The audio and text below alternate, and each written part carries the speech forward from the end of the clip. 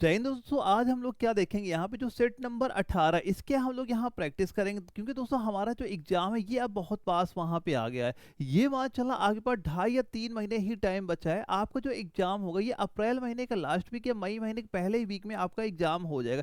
यानी जितने भी आर्मी के ट्रेड हैं सभी के एग्जाम आपके कंप्लीट वहाँ पे हो जाएंगे। तो ये जो बचा हुआ टाइम है दोस्तों, जितना हो सके आप उन क्वेश्चन की प्रैक्टिस यहाँ पे करिए जिनके ज़्यादा चांस रहते हैं हमारे पेपर में आने के। क्योंकि जैसे दोस्तों अब ये आपके ऑनलाइन एग्जाम वहाँ पे हो रहे हैं और जैसा सिलेबस आपको यहाँ पे दिया जा रहा है, यानी जिस टाइप के क्वेश्चन वहाँ पे आ रहे हैं सारे हम लोग उसी टाइप के क्वेश्चन की यहाँ प्रैक्टिस करेंगे। तो यहाँ पे जो अपना ये प्रैक्टिस सेट हम लोग करने वाले, ये मान जैसा हमारा पेपर यहाँ बनता है, यानी जैसे कि हमारे बायोलॉजी हो गया, जीके, फिजिक्स, मैथ, यानी जैसे जितने क्वेश्चन हमारे पेपर में आते सेम उतने क्वेश्चन हम लोग यहाँ प्रैक्टिस करेंगे, ताकि अपना पूरा जो सिलेबस हमारा है वो पूरा एक बार रिविजन भी वहाँ पे हो जाए। और दोस्तों जैसे कि मैंने आपको बता ही रखा हूँ, जो यहाँ पे मैं आपके 100 सेट यहाँ पे कराने वाला हूँ, अगर ये सारे सेट एक बार आप कंप्लीट वहाँ पे कर लेते हो तो अगर ये 5000 क्वेश्चन आपने तैयार वहाँ पे कर लिए, जब पेपर में बैठोगे यही सारे क्वेश्चन आपको दिख जाएंगे। तो दोस्तों जो पहला क्वेश्चन हमारा आता है जीके का, इसमें क्या चीज पूछी जा रही है कि हरित क्रांति अर्थव्यवस्था के किस क्षेत्र से संबंधित है। क्योंकि दोस्तों आपका जो हरित क्रांति है यहाँ से हमारे पेपर में हमेशा क्वेश्चन, आप अगर प्रीवियस ईयर क्वेश्चन की प्रैक्टिस वहाँ पे कर रहे होगे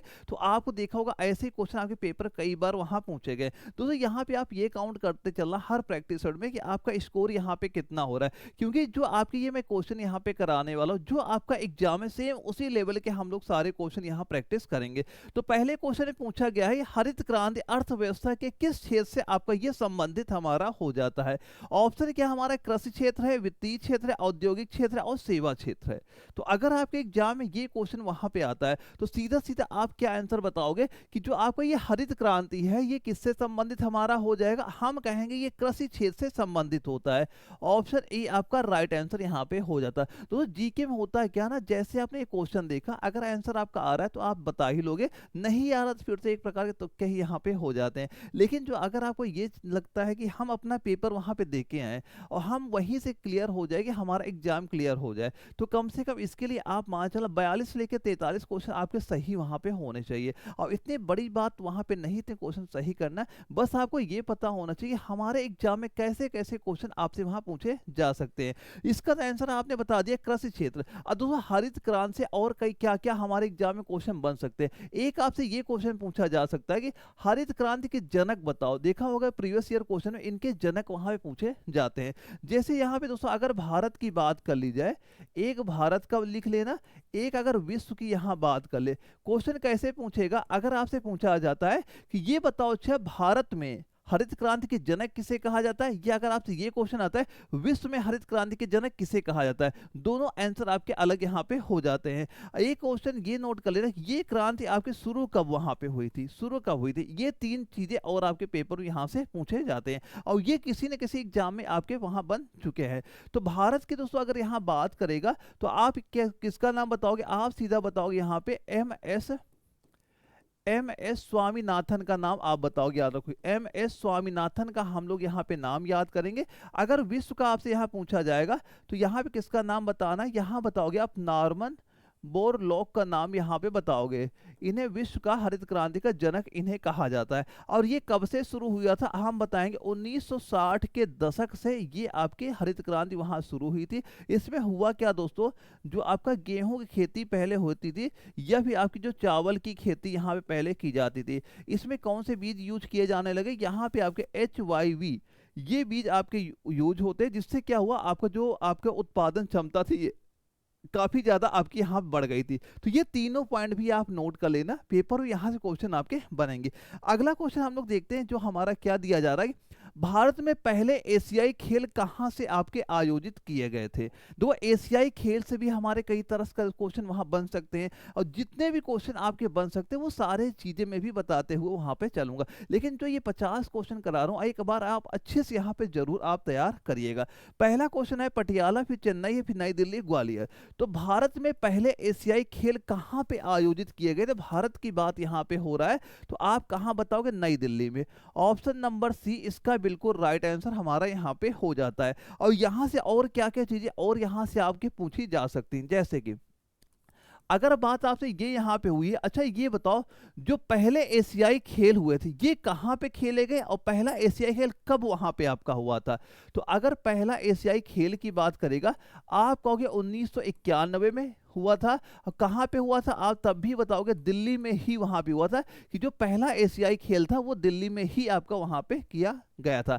अब यहाँ पे ये क्वेश्चन अगर पूछा जाए कि जो पहला एशियाई खेल वहाँ पे हुआ था इसमें कुल कितने देशों ने वहाँ पे पार्टिसिपेट वहाँ पे किया था, तो हम कहेंगे 11 देशों ने यहाँ पे आपके भाग आपके ये लेते हैं। अब क्वेश्चन अगर ये पूछा जाए, ये जो आपके एशियाई खेल होते हैं इनको कराता कौन वहाँ पे है, तो ये इनका आयोजन अगर पूछा जाए, इनका आयोजन एशियाई खेलों को कौन वहां पे कराता है, तो क्या बताओगे? ओलंपिक काउंसिल ऑफ एशिया आपका हो जाएगा, OCE, ये आपका आयोजन कराता है। और इसमें होता है कितने साल का अंतराल यहाँ पे होता है, कि अगर एक एशियाई खेल हुआ तो अगला एशियाई खेल कितने साल के बाद वहां पे होता है, तो ये क्या होता है दोस्तों, अंतराल आपका यहाँ पे 4 वर्ष के अंतराल में हमेशा आपका ये होता है। अब एक क्वेश्चन ये आपसे पूछा जा सकता है कि भारत में अभी तक कुल कितनी बार एशियाई खेल वहां पे खेले जा चुके हैं, तो कुल अगर संख्या भारत में पूछी जाए, कुल संख्या भारत में पूछी जाए कितनी बार खेला गया, आप कहोगे 2 बार। कितनी बार खेला गया, हम कहेंगे 2 बार। ये पहला कब यहाँ पे हुआ था, अभी आपने देखा था 1951 में, दूसरा कब हुआ था, ये हो जाएगा 1982 में। अब ये दोनों खेल दोनों के दोनों आपके नई दिल्ली में ही वहां पे दोनों का आयोजन वहां पे हुआ था। तो ऐसे भी पॉइंट आपको पता होने चाहिए, अगर एग्जाम में क्वेश्चन पूछा जाए आप उनके आंसर वहां पे दे पाओ। अगला क्वेश्चन दिया जा रहा है, भारतीय संविधान के कौन से अनुच्छेद संघ लोक सेवा आयोग से संबंधित, यानी यूपीएससी से कौन सा आपका संबंधित यहां पे हो जाएगा? अनुच्छेद 330 से 338, अनुच्छेद 315 से 323, अनुच्छेद 300 से लेकर 320, या अनुच्छेद आपका 210 से 219? क्योंकि आपके आर्टिकल कुछ आपके संविधान के पता होने चाहिए, आर्टिकल से क्वेश्चन आपका बनता है। दोस्तों ये आप जब पेपर में बैठोगे सेम ऐसे ही क्वेश्चन आपके वहां पे दिखेंगे, अगर आप इनके आंसर सही से दे पा रहे हो तो मान चला आपकी तैयारी बस सही वहां पे चल रही है। लेकिन अगर किसी भी क्वेश्चन आपको देने में कंफ्यूजन हो रही है, आप उस टॉपिक पे फोकस करिएगा, क्योंकि सारे में सिलेक्टेड वही क्वेश्चन कराऊंगा जो फिलहाल एग्जाम में वहां पूछे जा रहे हैं। हर क्वेश्चन में टीसीएस पैटर्न का ही वहां पे कराऊंगा, कि जैसा कि एग्जाम हमारा वहां पे आजकल हो रहा है। तो यहाँ पे अगर आपके एग्जाम में ये क्वेश्चन पूछा गया तो सीधा सीधा आपको क्या कहना है, आपका अनुच्छेद 315 से लेकर 323 यहाँ पे हो जाएगा। ऑप्शन नंबर 2 पे आपको यहाँ पे टिक कर देना है। यानी होता क्या दोस्तों, जो आपका ये अनुच्छेद 315 से लेकर 323 यहाँ पे दिया जा रहा है, इसमें क्या होता है, आपका यूपीएससी और जो आपके राज्य के पीसीएस की स्थापना हो गया, या उनके जो कार्य कैसे कार्य वहां पे करेंगे, इसके बारे में पूरा डिटेल से आपको इस अनुच्छेद में आपको बताया वहां पे गया है। अगर हम ये बात करें कि जो आपका अनुच्छेद 330 से 338 में, इसमें क्या चीज बात की गई है, तो यहाँ पे दोस्तों जो आपके अनुसूचित जनजातियां थे उनके आरक्षण की जो बात वहां पे हुई है, इन आपके आर्टिकल में वहां पे बात हुई है। अनुच्छेद 300 लेकर 320 की अगर हम लोग यहाँ पे बात करते हैं, इसमें क्या हुआ, आपके जो न्यायिक और कानूनी जो प्रावधान आपके दिए गए जैसे सुप्रीम कोर्ट के, इस अनुच्छेद में आपकी बात वहां पे हुई है। अगर अनुच्छेद 210 और 219 के हम लोग यहाँ बात करें, इसमें आपको जो राज्य विधान मंडल से ये संबंधित आपके आर्टिकल वहां पे हो जाते हैं। यानी 210 और 219 के बीच जितने भी आपके आर्टिकल होते हैं, ये क्या हो जाएंगे, राज्य विधान मंडल से संबंधित आपके सारे यहाँ पे हो जाते हैं। तो क्या बताओगे इसका आंसर, हम कहेंगे ऑप्शन नंबर 2 आपका राइट आंसर यहाँ पे हो जाता है। आर्टिकल अच्छे से तैयार करके जाना, एग्जाम में क्वेश्चन आपके आर्टिकल से भी वहां पे बनते हैं। अच्छा ये बताना, निम्नलिखित में से कौन सा खेल 11वें एशियाई खेल बीजिंग में 1990 में एक विधा के रूप में शामिल वहां पे किया गया था? यानी ये बताओ, ये भी एग्जाम में आते हैं कि जो कौन सा खेल ऐसे होते कि उनको कब वहां पे शामिल किया गया था, ये एग्जाम में आते हैं। जैसे किसी का पूछ सकता है वॉलीबॉल है, स्क्वैश है, कबड्डी है, कुश्ती है। फिलहाल आप ये बताओ 1990 में आपका एशियाई खेल, जो एशियाई खेल वहां पे होते हैं, और 1990 वाला एशियाई खेल में कौन से खेल को यहाँ पे शामिल आपका किया गया था? तो इनमें से क्या बताओगे कौन सा खेल वहां पे शामिल हुआ था? हम कहेंगे कबड्डी जो था ये हमारा शामिल हुआ था। ऑप्शन नंबर 3 इसका राइट आंसर यहाँ पे हो जाता है। अगर ये क्वेश्चन पूछा था वॉलीबॉल को कब कौन से सन में वहां पे शामिल हमारा किया गया था, तो अगर यहाँ वॉलीबॉल की बात होती, हम कहते 1958 में इसको यहाँ पे शामिल आपका किया गया था। और इसके बाद अगर स्क्वैश की बात यहाँ पे की जाती, ये आपका दोस्तों 1998 में शामिल वहां पे हुआ था। कुश्ती की अगर हम लोग बात करें, ये आपका दोस्तों 1954 में ये इसे आपका शामिल वहां पे किया गया था। तो ऐसे एग्जाम में क्वेश्चन सीधा सीधा पूछा जाएगा कि एशियाई खेल में वॉलीबॉल कब शामिल किया गया, एशियाई खेल में आपका कबड्डी कब शामिल हुआ, एशियाई खेल में आपका कुश्ती खेल आपको कब वहां पे शामिल किया गया। तो किसी भी खेल का अगर पूछा जाए इस खेल को कब वहां पे शामिल किया, तो ये सन आपको पता वहां पे होने चाहिए कि इन सनों में आपका ये शामिल वहां पे किया गया था। या तो आपसे सन पूछेगा, या सन अगर आपको देता, जैसे इस क्वेश्चन पूछा गया कौन सा खेल इस सन में शामिल हुआ, ये भी आपको पता वहां पे होना चाहिए था। अगला क्वेश्चन दोस्तों ये दिया जा रहा है, प्रधानमंत्री रोजगार प्रोत्साहन योजना से क्रियान्वित की जा रही, कब से क्रियान्वित की जा रही, कब से ये आपकी चली आ रही है। तो यहां से एक क्वेश्चन ये भी आपका बनता है कि जो आपको ये रोजगार प्रोत्साहन योजना है, ये कौन से मंत्रालय के अधीन वहां पे आता है। मंत्रालय का नाम भी आपको यहां पता होना चाहिए। तो प्रधानमंत्री रोजगार प्रोत्साहन योजना से क्रियान्वित की जा रही, कौन से सन से ये क्रियान्वित की जा रही है, तो कौन से सन का नाम बताना है। 2017 होगा, 2016 या 2015, 2014। हम बताएंगे यहाँ पे क्या 2016 आप बताना, ऑप्शन नंबर 2 इसका राइट आंसर यहाँ पे हो जाता है।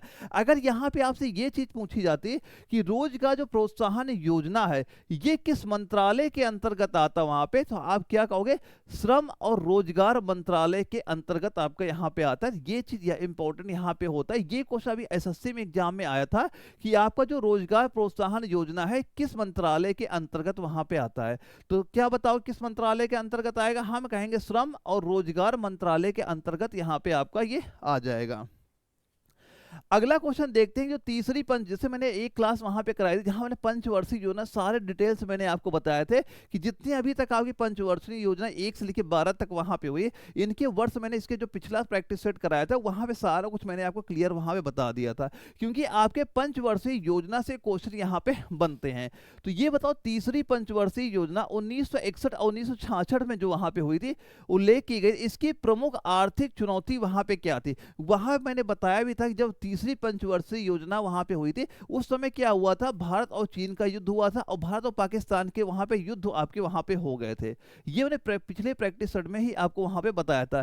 तो इसका आंसर बताओ इन ऑप्शन में यहाँ पे क्या आपका हो जाएगा कि इसकी जो आर्थिक चुनौतियां वहां पे क्या थी। तो हम कहेंगे सीधा सीधा युद्धकालीन जो वहां पे युद्ध आपके वहां पे हुए थे उसमें आपके व्यय और संसाधन का जो आवंटन था, इस ये दिक्कतें वहां पे आपको देखने को मिली थी। तो यहाँ पे आपको सीधा सीधा क्या कह देना, ऑप्शन ए आपका राइट आंसर यहाँ पे हो जाता है। अगर क्वेश्चन कभी ये आपसे पूछा जाए कि ये जो प्रथम पंचवर्षीय योजना का कार्यकाल क्या था, ये पंचवर्षीय योजना किस वर्ष से आपकी वहां पे शुरुआत हुई थी, तो अगर क्वेश्चन ये आपसे पूछा जाए कि ये पंचवर्षीय योजना कब से शुरू हुई थी, हम कहेंगे 1951 से आपकी पंचवर्षीय योजना आपकी शुरू वहां पे हो गई थी। अब अगर क्वेश्चन ये पूछा जाए कि ये जो आपकी तीसरी पंचवर्षीय योजना थी इसमें जो आपकी जीडीपी की वृद्धि दर क्या थी, जीडीपी की वृद्धि दर अगर यहां पूछी जाए, वृद्धि दर क्या थी यहां पे, हम क्या कहोगे, आप कहोगे 5.6 वार्षिक परसेंट वार्षिक, ये आपकी दर यहां पे बताई गई थी। लेकिन हुआ क्या दोस्तों, जब यहां पे इंडिया और पाकिस्तान का युद्ध हुआ, इंडिया और चाइना का युद्ध हुआ, तो यहां पे ये जो यहां उम्मीद जताई जा रही है इतनी जीडीपी हमें ले जानी थी, इतनी ना जाके कितनी गई थी, और ये आपकी 2.84% यहां पे हो गई थी। हुआ क्या था कि जब वहां पे युद्ध आपके हो गए, इसके बाद वहां पे सूखा भी भारत में पड़ जाता है, जिसकी वजह से क्या हुआ, जो तीसरी पंचवर्षीय योजना थी ये पूरी तरह से आपकी सफल वहां पे नहीं हो पाती है। तो यहां भी ये चीज यहां पे याद कर लेना। इसके बाद ये आपका इंपॉर्टेंट यहां पे हो जाता है कि पहली पंचवर्षीय योजना कब से शुरुआत हुई, यानी पंचवर्षीय योजना कब से शुरुआत यहां पे हुई थी, हम कहेंगे 1951 से इसकी शुरुआत वहां पे की गई थी।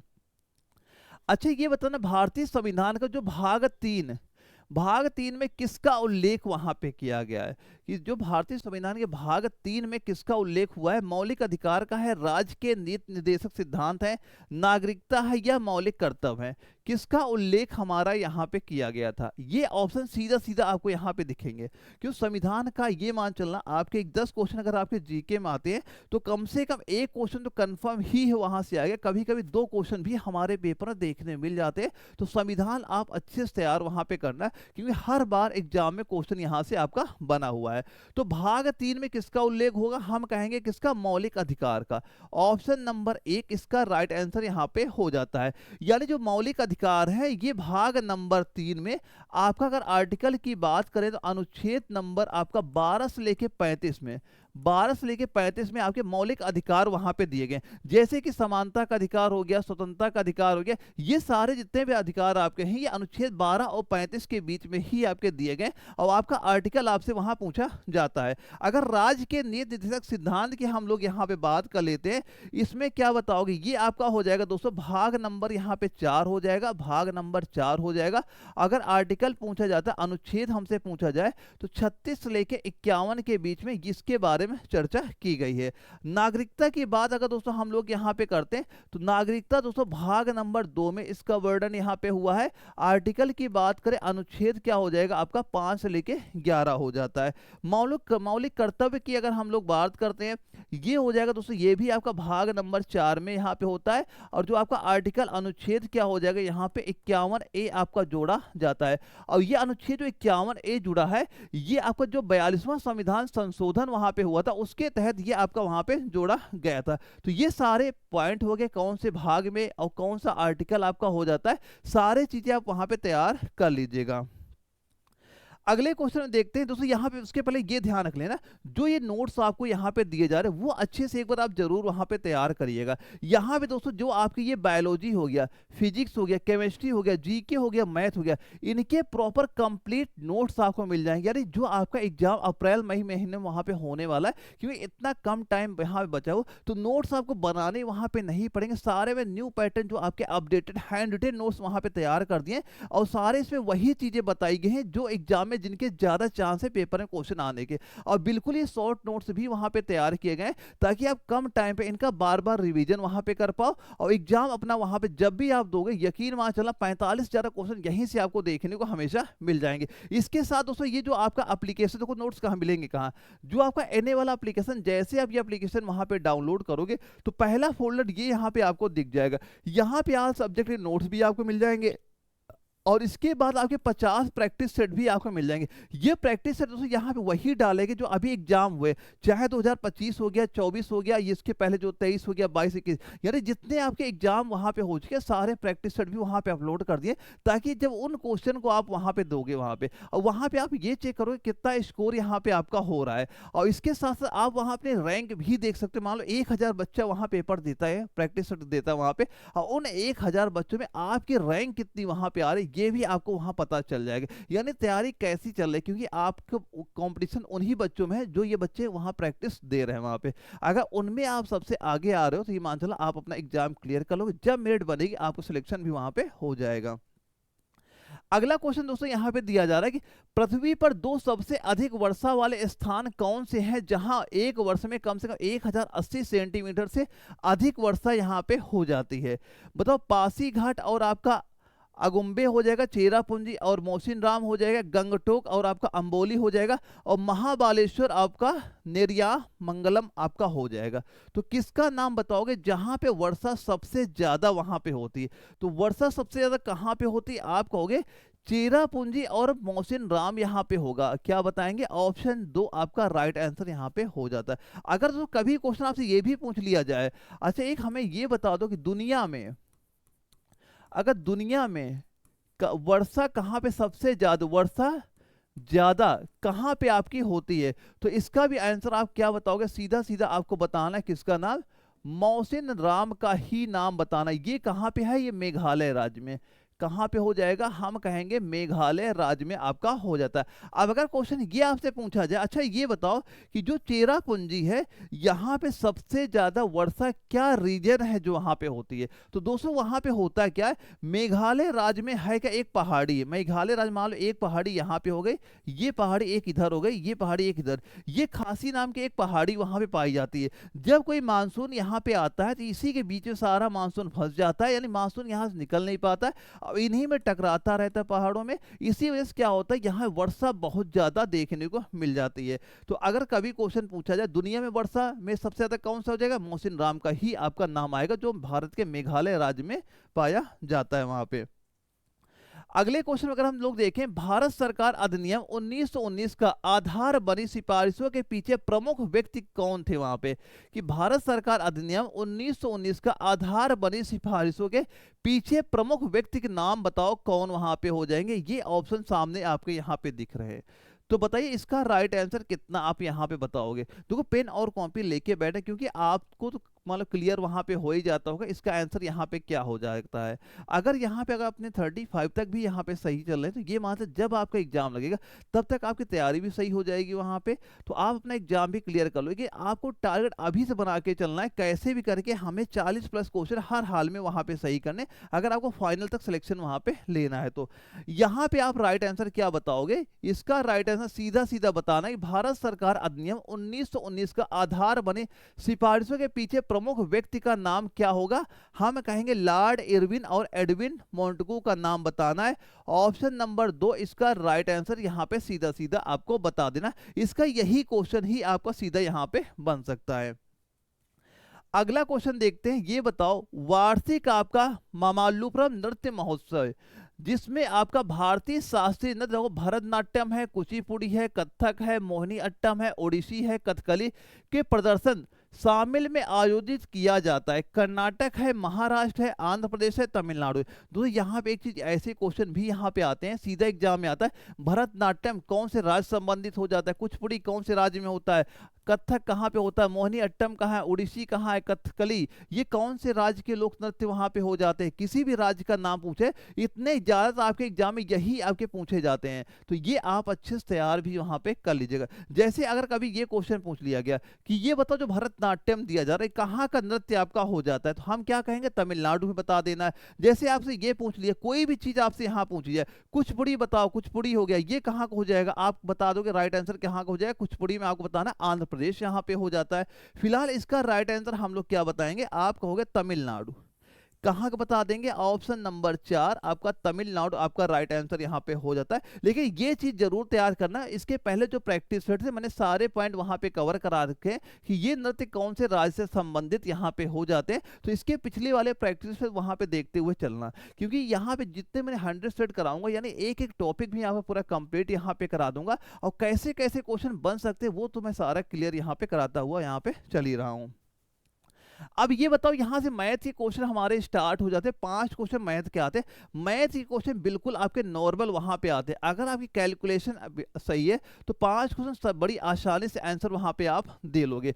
पहला क्वेश्चन क्या दिया गया, एक व्यक्ति 9 किलोमीटर प्रति घंटा की चाल से कोलकाता से अहमदाबाद जाता है और उसी मार्ग से 18 किलोमीटर प्रति घंटे की चाल से कोलकाता से वापिस आता है, तो पूरी यात्रा के दौरान उसकी औसत चाल बता दो। तो औसत चाल दोस्तों एक सिंपल सा फार्मूला क्या यहाँ पे हो जाएगा, फार्मूला यहां पे नोट करिएगा 2xy बटे x प्लस वाई यहां पे हमारा हो जाता है। यानी एक्स वाई क्या हो जाएंगे, देखो x जो हमारी पहली चाल में रख देना है, जहां y रहेगा वहां दूसरी चाल रख देना, बस कैलकुलेशन कर लेना आपका आंसर आ जाएगा। सिंपल से क्या करेंगे हम लोग 2 गुणे 9 गुणे 18 ये कर देंगे, बटे यहाँ पे 9 प्लस ये आपका 18 हो जाएगा, इसको जोड़ो कितना हो जाएगा आपका, यानी कि 2 गुणे 9 गुणे 18 बटे हुआ ये दोस्तों ये 27 हुआ, काटो यहाँ पे 9 त्रिक 27 हुआ, 3 छक 18 हुआ, 6 दूनी 12 कर देंगे, यानी औसत चाल कितनी हमारे निकल के आ जाएगी, आप कहोगे 12 औसत चाल आपकी यहाँ पे हो जाएगी। कितनी हो गई औसत चाल, हम कहेंगे 12, यानी ऑप्शन नंबर बी इसका राइट आंसर इस क्वेश्चन का आपका देखने को यहाँ पे मिल जाएगा।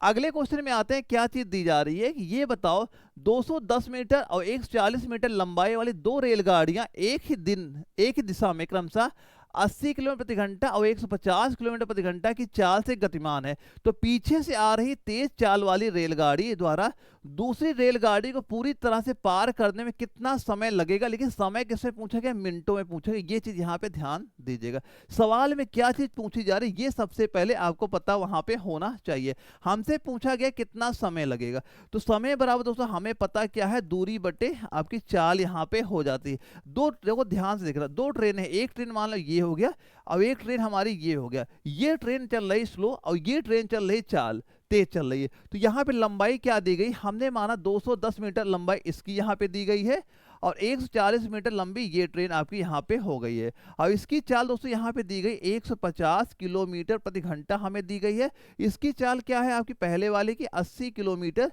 प्रति घंटा यहाँ पे दी जा रही है। अब देखो यहाँ पे अगर दोनों ट्रेनें एक ही दिशा में चलती हैं तो इनका जो चाल क्या होता है, हम दोनों का डिफरेंट यहाँ पे ले लेते हैं। तो चाल क्या हो जाएगी, चाल जहाँ पे दिया जा रहा है, चाल हम क्या रखोगे यहाँ पे, स्पीड। तो इन दोनों का डिफरेंट 150 और 80 का डिफरेंट कितना हो जाएगा, आप कहोगे 70।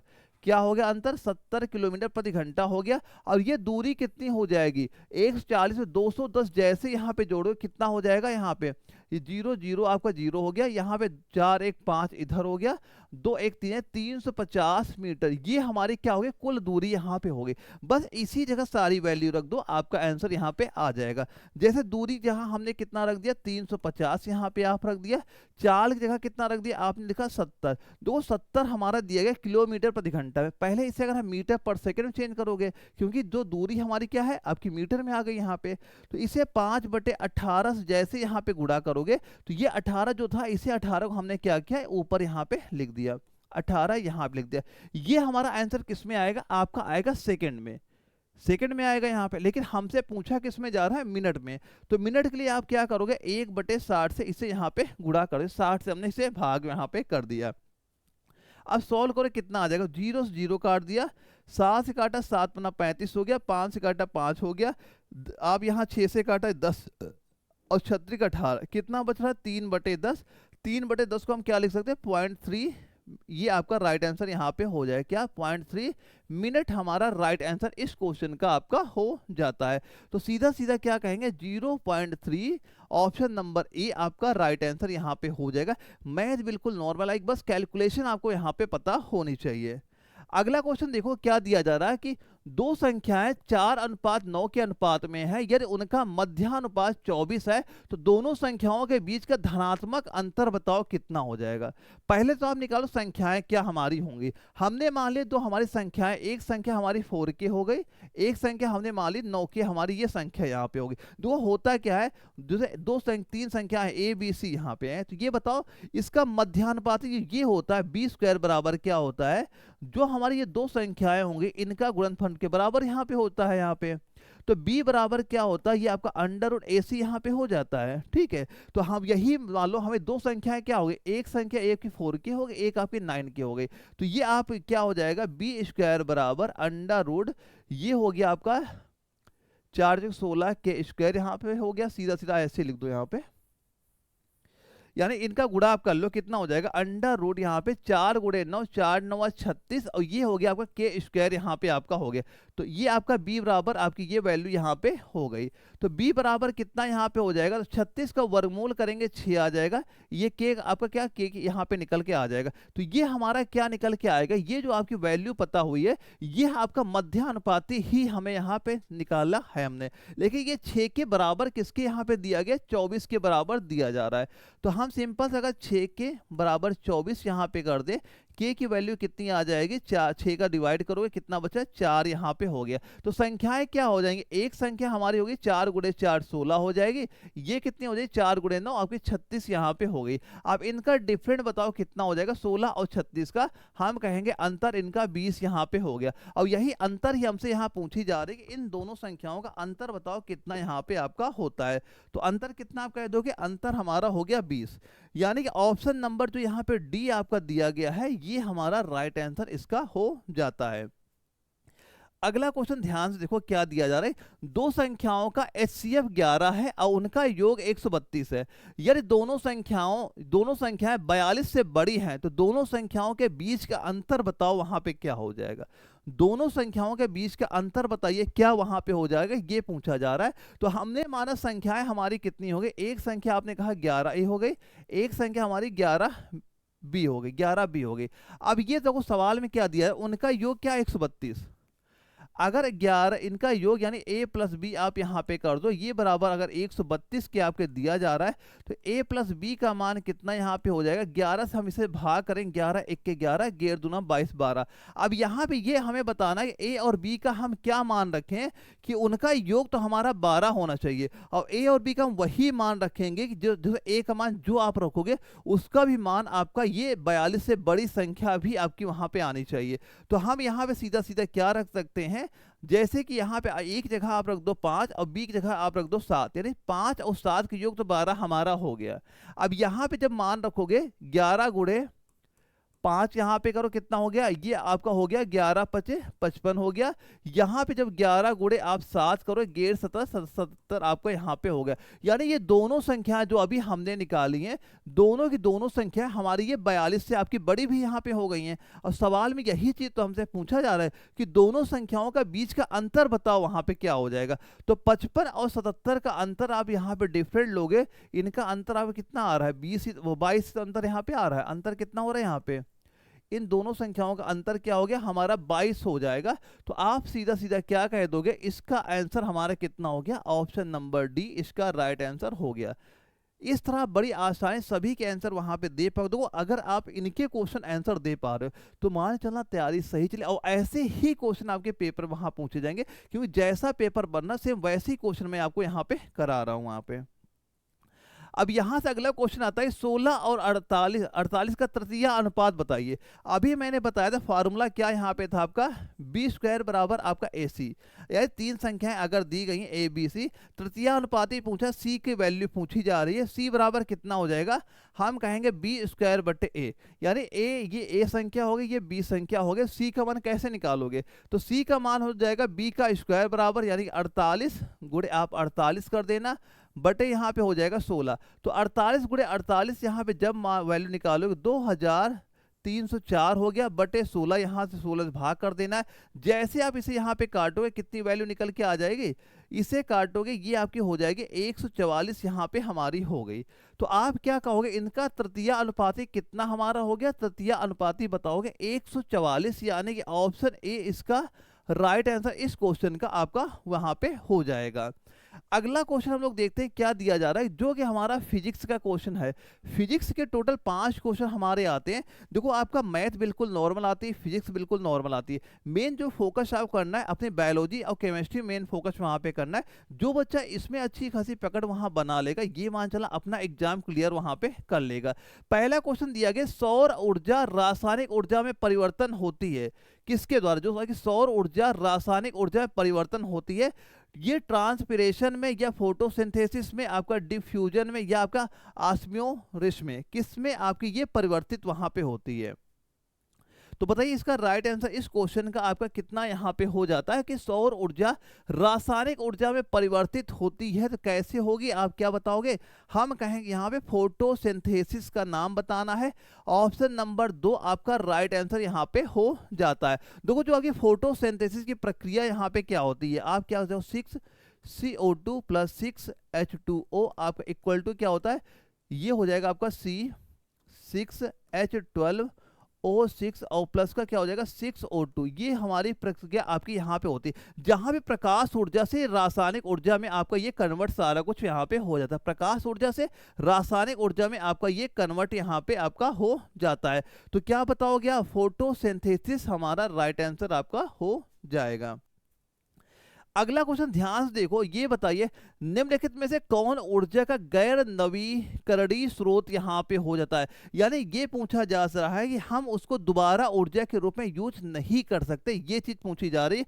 बायोगैस है, सोलर है, विंड है, कोल है। यानी ये भी क्वेश्चन हम लोगों ने इसके पहले जो सेट वहां पे देखे थे, वहां हमने देखा था ये क्वेश्चन कई सारे जिडारों में वहां पूछा गया था। इंपॉर्टेंट क्वेश्चन बेसिक, वैसे आपने देखते इसका आंसर यहाँ बता दिया होगा कि ये कोल आपका कोयला ही तो हमारा हो जाएगा। जाएगा? ऑप्शन नंबर 4 ही तो आपका राइट आंसर यहाँ पे हो जाएगा। ये ऑप्शन 4 आपका हो जाता है। इसके अलावा जो बायोगैस हो गया, सोलर हो गया, विंड हो गया, इनको हम दोबारा ऊर्जा के रूप में पुनः यूज हम लोग कर सकते हैं। लेकिन अगर कोयला, मान लो जैसे कोयला हो गया हमारा, अगर एक बार ये खत्म हो जाए तो इसको बनने में कम से कम लाखों वर्ष वहां पे आपके लग जाते हैं। तो आप क्या कह दोगे? आपका ऑप्शन नंबर 4 हमारा राइट आंसर इस क्वेश्चन का आपका हो जाता है। जैसे देखो, अगर कभी आपसे ये क्वेश्चन पूछा जाए, जैसे नवीकरणीय ऊर्जा का उदाहरण बताओ क्या होती है? नवीकरणीय मतलब उनका दोबारा ऊर्जा के रूप में फिर यूज कर सकते हैं, तो वो कौन कौन से होते हैं? जैसे आपका सौर हो गया, सौर ऊर्जा दोबारा हम लोग यूज कर सकते हैं। सूर्य का प्रकाश आ रहा है, वो कभी नहीं खत्म होगा जल्दी यहाँ पे। इसके बाद जैसे पवन हो गया, हवा भी कहीं नहीं खत्म हो रही वहाँ पे। इसके बाद जैसे बायोगैस भी हो गया, बायोगैस भी अभी कभी नहीं खत्म होगी, इसका भी आप यूज वहाँ पे कर सकते हो। जैसे आपका जल विद्युत है, जहाँ हम लोग जल से विद्युत बनाते ये, इसका भी हम लोग यूज कर सकते हैं। जैसे ये आपका ये सारे क्या होते हैं? आपके ये नवीकरणीय ऊर्जा के उदाहरण यहाँ पे आपके हो जाते हैं। अगला क्वेश्चन हमारा ये पूछा जा रहा है कि जब बैरोमीटर की रीडिंग अचानक वहां पे गिर जाती है तो यह किसका संकेत वहां पे देती है? जहां पे हम लोग देखते हैं ना कि मान लो जो बैरोमीटर हम लोग चेक किया करते हैं, अगर उसकी रीडिंग क्या होती है, ऊपर जाती है नीचे जाती है, तो अगर इसकी रीडिंग अचानक नीचे गिर जाए वहां पे, तो किसका संकेत देगी? गर्म मौसम का, शांत मौसम का, या तूफान का, शुष्क मौसम का?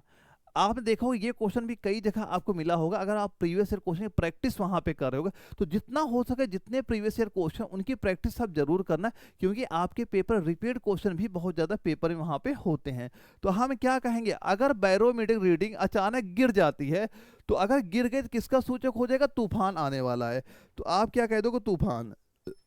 ऑप्शन नंबर आपका क्या हो जाएगा? 3 इसका बिल्कुल राइट आंसर यहाँ पे हो जाता है। अब इसके बाद अगला क्वेश्चन हम लोग देखते हैं, क्या चीज यहाँ पे दी जा रही है कि हवा की शक्ति और वेग मापने वाला यंत्र क्या है?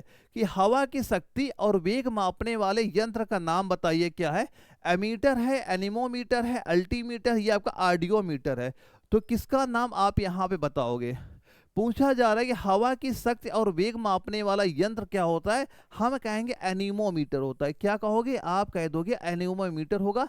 ऑप्शन नंबर 2 आपका राइट आंसर यहाँ पे हो जाएगा। अब देखो यहाँ पे एक एमीटर यहाँ पे दिया जा रहा है, इसके द्वारा क्या होता है? हम कहेंगे विद्युत धारा मापी जाती है। क्या? विद्युत धारा को मापने में ये आपका यूज वहां पे होता है। अल्टीमीटर यहाँ पे दिया जा रहा है, इसका क्या होता है? आपका ऊंचाई मापने में, किसके?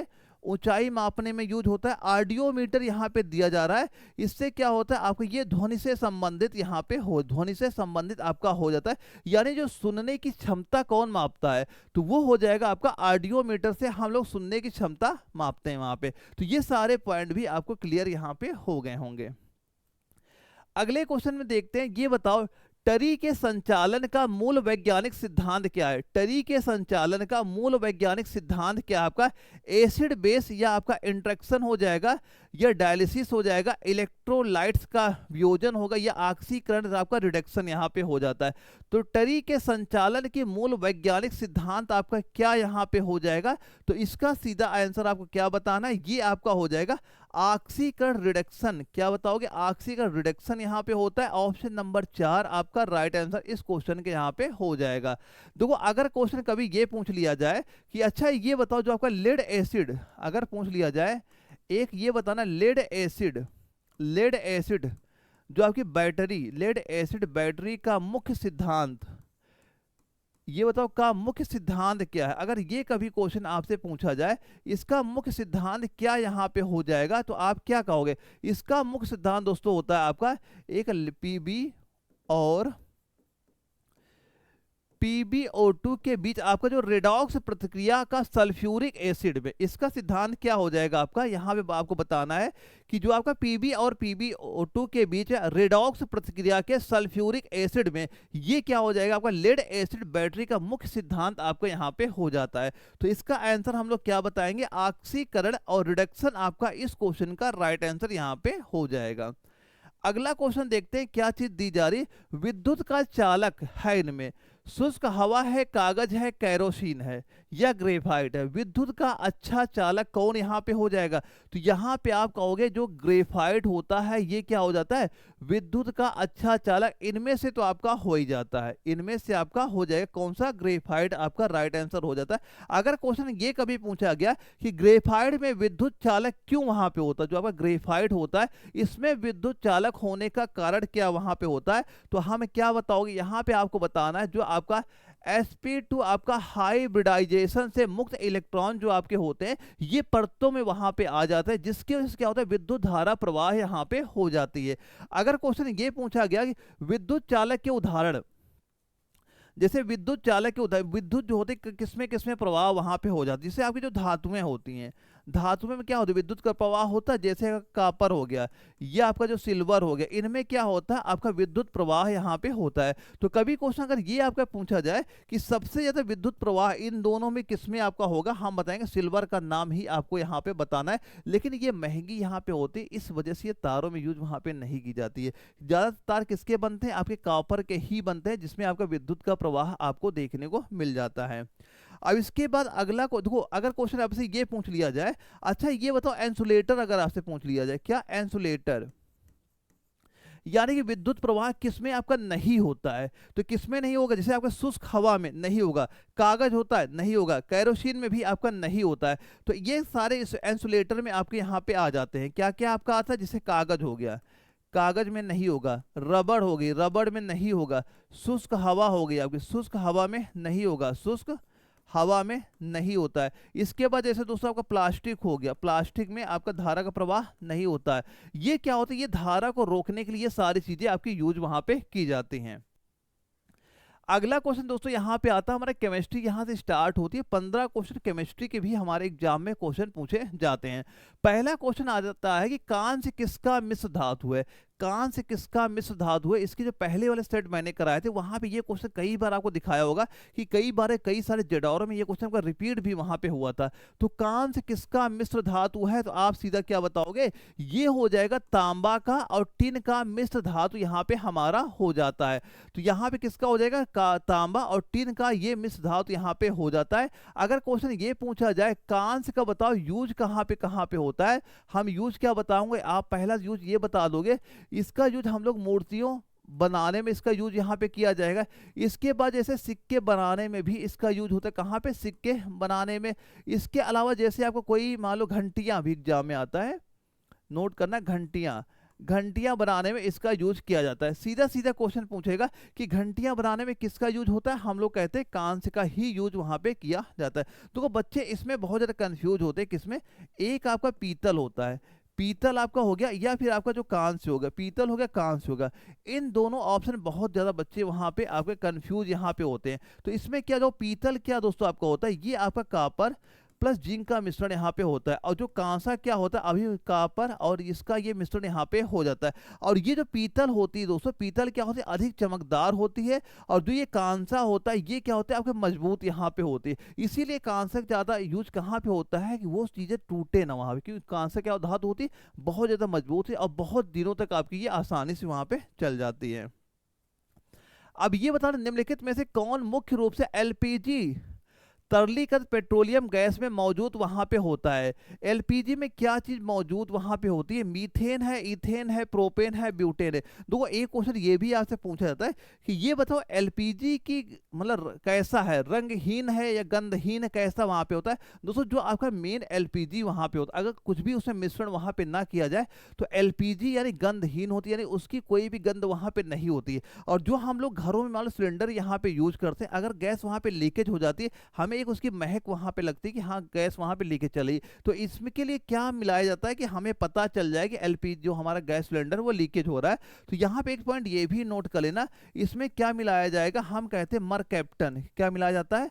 आप कहते हैं मरकैप्टन यहाँ पे मिला दिया जाता है। ये क्वेश्चन पूछा भी जाता है कि एलपीजी में गंध के लिए क्या चीज मिलाया जाता है, हम कहते हैं मरकैप्टन आपका मिलाया जाता है।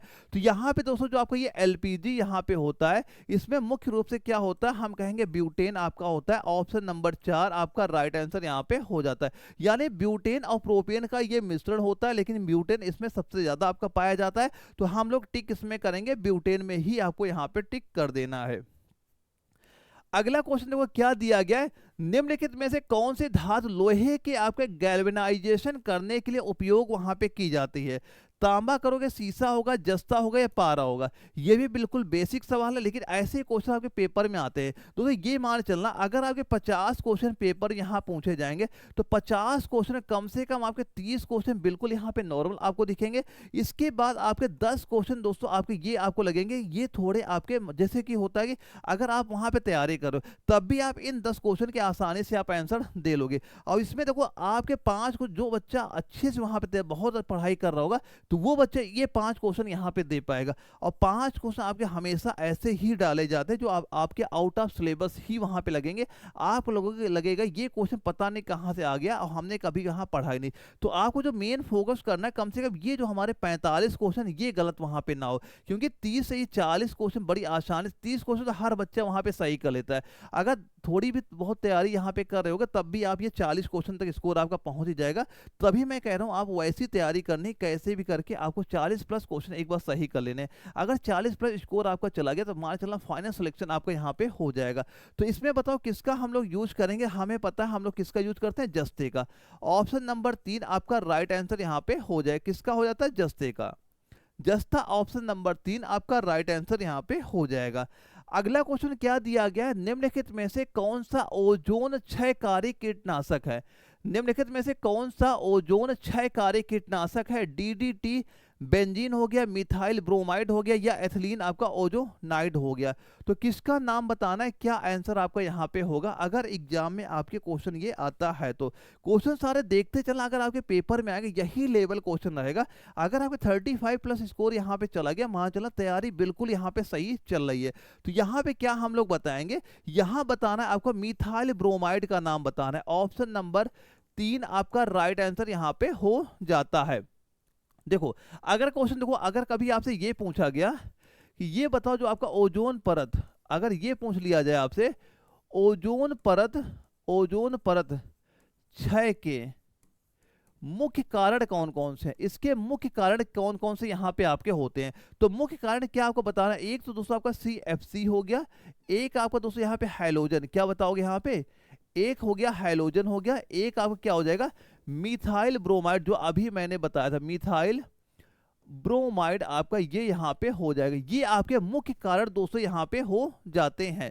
और दोस्तों जो आपका ये मिथाइल ब्रोमाइड होता है इसका यूज कहाँ पे होता है, मिट्टी कीटाणुनाशक और कीटनाशक के रूप में भी इसका यूज वहाँ पे आपका किया जाता है। और दोस्तों ये जो मिथाइल ब्रोमाइड है ना, ये अब आपका बंद या बैन वहाँ पे कर दिए गए। अब ये आप ज़्यादा यूज वहाँ पे नहीं कर सकते हो। कब किस वजह से आपका बंद हुआ था, यहाँ पे एक आपका प्रोटोकॉल वहाँ पे हुआ था जिसको आपको हम लोग 1987 का समझौता आप ये कह सकते हो। कौन समझौता हुआ था 87 में, वो आपका दोस्तों हुआ था मॉन्ट्रियल एक समझौता यहाँ पे आपका हुआ था, जिसके तहत वो सारी चीजें बंद कर दी गई थी जो कि आपके ओजोन परत को वहां पे नष्ट करती हैं, उस पे वहां पे मान लो बैड इफेक्ट वहां पड़ता है। तो वो सारी चीजें जो आपका 1987 में मॉन्ट्रियल समझौता वहां पे हुआ था, तो इन सारी चीजों में आपका बैन वहां पे लगा दिया गया था। तो हम लोग क्या बताएंगे, मिथाइल ब्रोमाइड बताना। ये सारे नाम याद कर लेना, ये सारे के सारे हाइड्रोजन लिख लेना, ये सारे के सारे आपके क्या होते हैं, ओजोन परत क्षय के मुख्य रीजन यहाँ पे हो जाते हैं। यहाँ पे हमारा मिथाइल ब्रोमाइड आपका दिया है, यहाँ पे CFC भी हो सकता है, हैलोजन भी हो सकता है, कोई भी चीज आपको वहां पे दी जा सकती है। अगला क्वेश्चन क्या दिया जा रहा है, निम्नलिखित में से कौन सा रासायनिक समीकरण संतुलित यहाँ पे है। देखो आपके एग्जाम में रिएक्शन का एक क्वेश्चन कंफर्म माने चलना है कि रिएक्शन है, केमिस्ट्री में क्वेश्चन दिखेगा।